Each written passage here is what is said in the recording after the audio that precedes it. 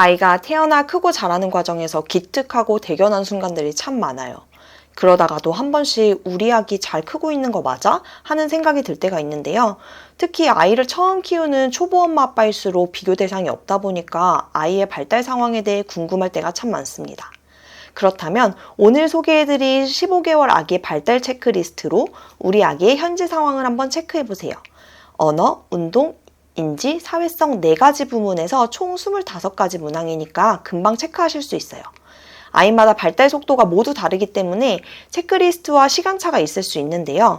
그렇지만 이 체크리스트를 통해 시기별로 이루어져야 할 아기의 언어, 운동, 인지, 사회성 등 주요 기능의 수준에 대해 어느 정도 감을 잡으신다면 아기를 양육하는 데 있어서 불안한 마음을 내려놓을 수도 또는 위험 신호를 파악해 전문가의 상담을 받으실 수도 있으실 거예요. 그럼 바로 시작할게요.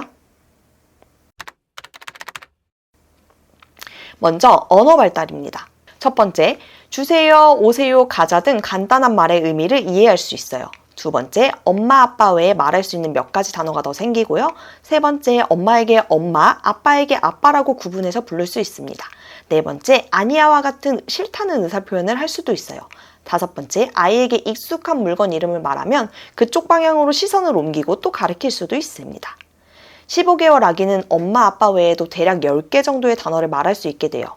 의미를 알 수 없는 단어를 반복적으로 말하기도 하고 또 수용 언어가 늘어나면서 엄마, 아빠의 지시를 이해하고 수행할 수도 있어요.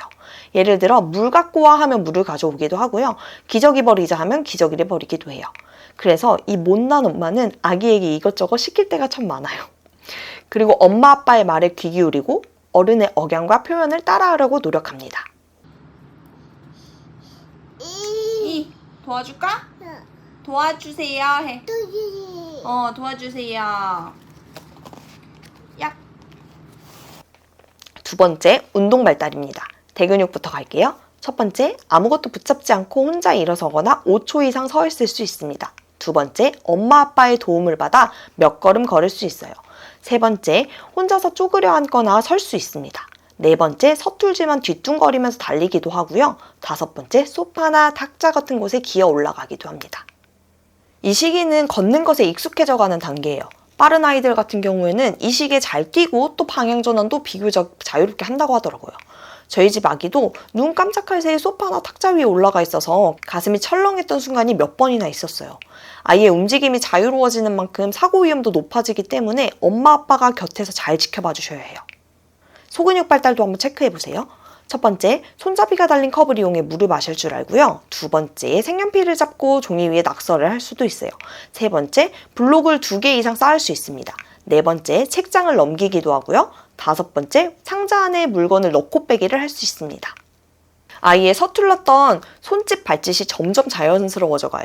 제가 우리 아기 소근육이 정말 잘 발달됐구나 하고 느낀 순간은 바로 머리카락을 집었을 때인데요. 그 얇은 머리카락을 집게 손가락으로 딱 잡아서 보여주는데 정말 신기하면서 한편으로는 바닥청소 진짜 열심히 해야겠다는 생각이 들었습니다. 그리고 이 시기에 다양한 장난감 블록을 쌓는 것도 꽤나 능숙해서 함께 만드는 재미도 느낄 수 있어요. 소근육은 일상생활 속에서 다양한 놀이로도 길러줄 수 있는데요. 이전 소근육 놀이법 영상 참고해주세요. 세 번째, 인지 발달이에요. 첫 번째, 집중력이 생기게 되면서 좋아하는 장난감을 가지고 3, 4분 이상 갖고 놀 수 있어요.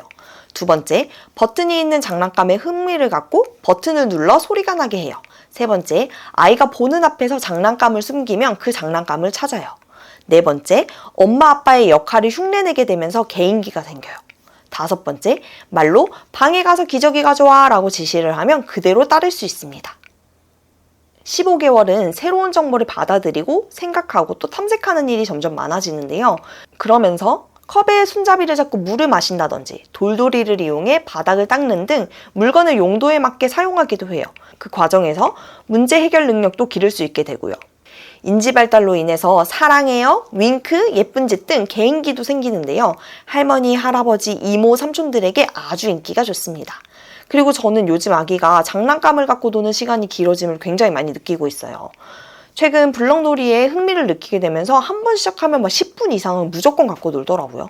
덕분에 아이와 시간을 보내는 것에 대한 부담감이 좀 줄어들었습니다. 마지막으로 사회성 발달 부문이에요. 첫 번째, 엄마 아빠에게 빠빠이 하면서 손을 흔들어요. 두 번째, 엄마 아빠 외에도 할머니, 할아버지 등 익숙한 사람들에게 인사도 할 줄 압니다. 세 번째, 엄마 아빠의 관심을 받기 위해 예쁜 짓을 하기도 하고요. 네 번째, 상대방의 감정을 읽고 그에 맞는 반응을 하기도 해요. 다섯 번째, 엄마 아빠에게 도움을 요청할 수도 있어요. 많은 아기들에게 사회성이 두드러지게 보이는 것 같아요. 저희 집 아기의 경우에는 없던 애교가 막 생기더라고요. 출근할 때는 빠빠이, 안녕 뭐 이러면서 손을 흔들어주고 퇴근하고 오면 웃으면서 막 안아주더라고요.